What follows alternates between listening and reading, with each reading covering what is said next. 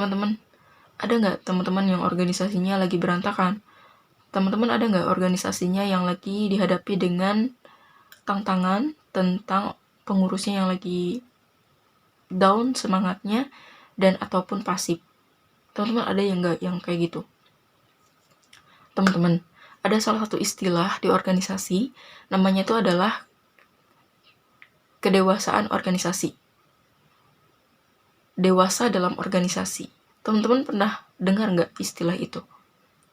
Nah, teman-teman, ternyata dewasa dalam organisasi itu penting loh untuk dimiliki seluruh pengurus tatanan organisasi di dalamnya. Karena kedewasaan dalam organisasi akan menyongsong keberhasilan, kesuksesan menuju organisasi yang solid dan kompak. Kedewasaan dalam organisasi akan menurunkan ego dari masing-masing, pola pikir kepala-kepala yang berbeda dari masing-masing pengurus yang ada di organisasi. Yang pada intinya, kedewasaan dalam organisasi itu penting. Apalagi lebih pentingnya, seorang pemimpin di sini yang memang harusnya menguasai dan memiliki tentang kedewasaan dalam organisasi.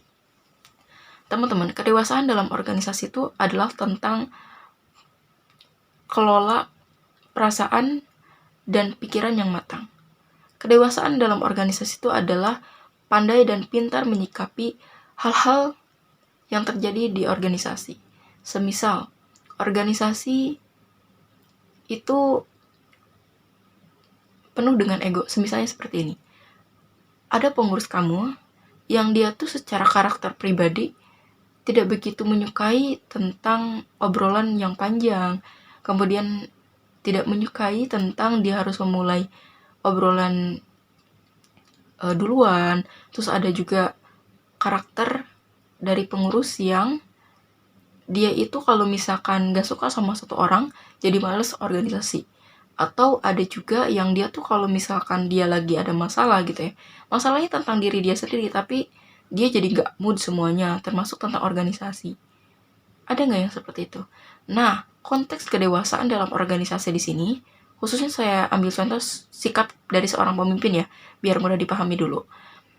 Seorang pemimpin tuh harus bisa memiliki kedewasaan dalam organisasi sehingga memandang hal-hal seperti itu tuh menurunkan ego dia dengan tidak melawan kesal lagi sama orang itu, tapi bagaimana caranya untuk dia tuh melakukan strategi agar bisa menggait, merangkul orang-orang yang seperti itu.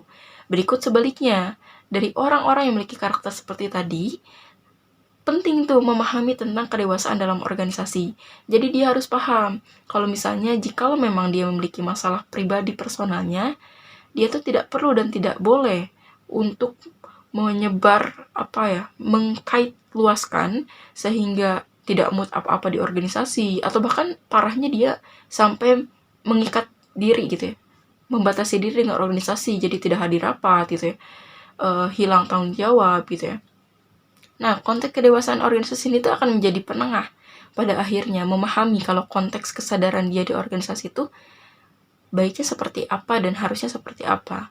Sebenarnya berbicara tentang konteks kedewasaan organisasi juga tidak bisa langsung semerta-merta harus paham setiap pengurus masing-masingnya, tapi juga bonding dari para pimpinan di atas yang harus memberikan pengarahan selalu tentang konteks kedewasaan organisasi ini tuh juga ada keterkaitan tentang itu.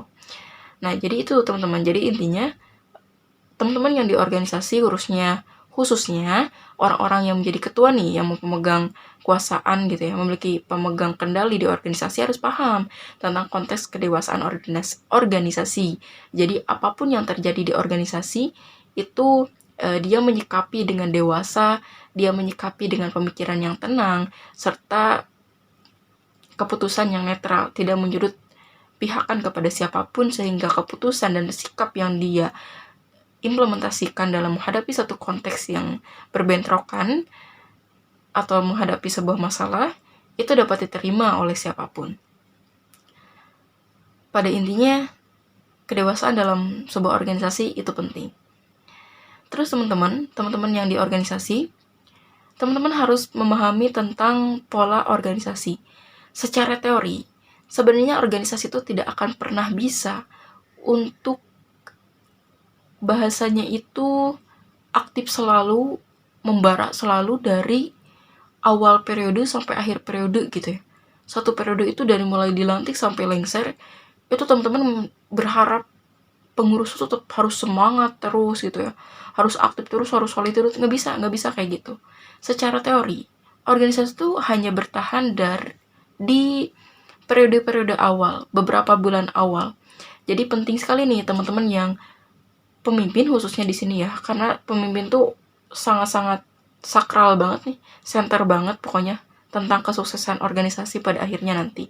Nah, jadi teman-teman yang pemegang kendali atau ketua gitu ya, ketua organisasi di sini, pentingnya perlu strategi itu di situ. Pentingnya perlu jiwa kepemimpinan tuh di situ.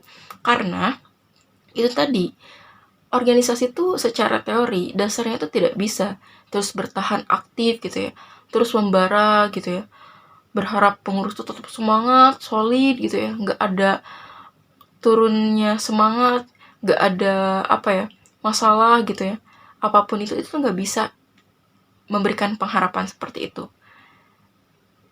Berharap positif boleh, tapi dengan aksi, bukan harap-harap saja, karena itu juga tidak realistis. Jadi pada intinya organisasi itu hanya bertahan 4 bulan di awal atau periode awal, terhitung dari beberapa bulan awal. Jadi kalau teman-teman punya program-program yang besar, konteksnya itu melibatkan banyak pihak, ataupun melibatkan banyak orang, seperti melibatkan banyak pengurus gitu ya, teman-teman coba strategikan program itu tuh simpan di awal, karena sesuai dengan relevansi tadi, bahwasanya organisasi itu produktivitasnya hanya di periode-periode awal.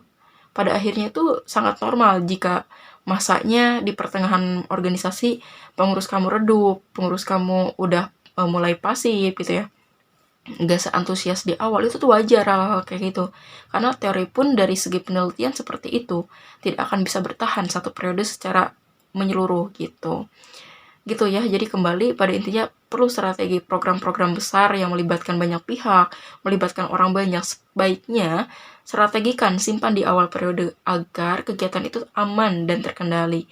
Nah, program-program yang kecil seperti tidak terlalu melibatkan banyak orang, bisa dihandle oleh beberapa kepala saja, itu boleh disimpan di akhir periode biar ritmenya itu bagus gitu ya. Program-program yang besar sudah selesai di awal gitu ya, dengan konteks keterlibatan orang pun tercapai, pada akhirnya di akhir periode pun tetap bisa melaksanakan program kerja, tapi juga tidak tidak mempengaruhi dari kekurangannya kebutuhan SDM di dalamnya. Nah, itu terkait strategi sebenarnya. Nah, itu jadi sebenarnya ingin saya sampaikan di sini pentingnya tentang kedewasaan dalam organisasi. Kedewasaan dalam organisasi ini perlu dikuasai dan dipahami oleh seluruh pengurus organisasi, lebih khusus ketuanya atau pemegang kendali di organisasi. Itu harus sangat wajib deh kalau bisa gitu ya, harus punya kedewasaan dalam organisasi, karena konteks dewasa ini penting. Karena apalagi pemimpin harus memiliki sifat yang legowo, nggak boleh dikit-dikit itu baper, dikit-dikit itu sakit hati, dikit-dikit down, dikit-dikit nggak mood gitu ya, dikit-dikit jadi hilang semangat. Nah, dengan adanya kedewasaan dalam organisasi bisa mengantisipasi itu. Karena dengan kita paham tentang kedewasaan tentang organisasi, kita bisa lebih merendahkan ego kita pemikirannya lebih objektif demi kebaikan secara menyeluruh. Dan para pengurus pun bisa paham bagaimana sikap dia dalam menyikapi hal-hal yang ada di organisasi. Sehingga dalam hal ini, jika semua elemen memahami tentang kedewasaan dan memiliki sifat kedewasaan organisasi, maka organisasi akan terbangun dengan baik. Kemudian selanjutnya, khususnya ini untuk pemimpin organisasi, harus memahami dan mungkin boleh ya diperdalam tentang teori organisasi, bahwasanya organisasi itu tidak akan pernah bisa untuk bertahan dalam satu periode secara utuh. Bertahan dalam konteks di sini, semangat pengurus itu tetap membara gitu ya. Itu tidak bisa seperti itu, karena secara teori pun organisasi itu memiliki periode-periode produktif di beberapa periode awal saja. Maka perlu tentang pemahaman pemimpin tentang strategi organisasi yang dibangun itu seperti apa, khususnya untuk menjaga semangat dan sinergi pengurus di dalamnya. Nah, Jika memang teori mengatakan seperti itu, hanya di periode awal saja bisa terjaga baik gitu ya dari segi pengurus, semangatnya, dan juga keharmonisan lah ya. Intinya seperti itu, hanya di awal periode. Nah, pentingnya nih selanjutnya bagaimana langkah seorang pemimpin untuk bisa menghadapi gelombang-gelombang tersebut, gelombang di akhir, yang memang sudah tidak bisa lagi dari segi teori bisa produktif.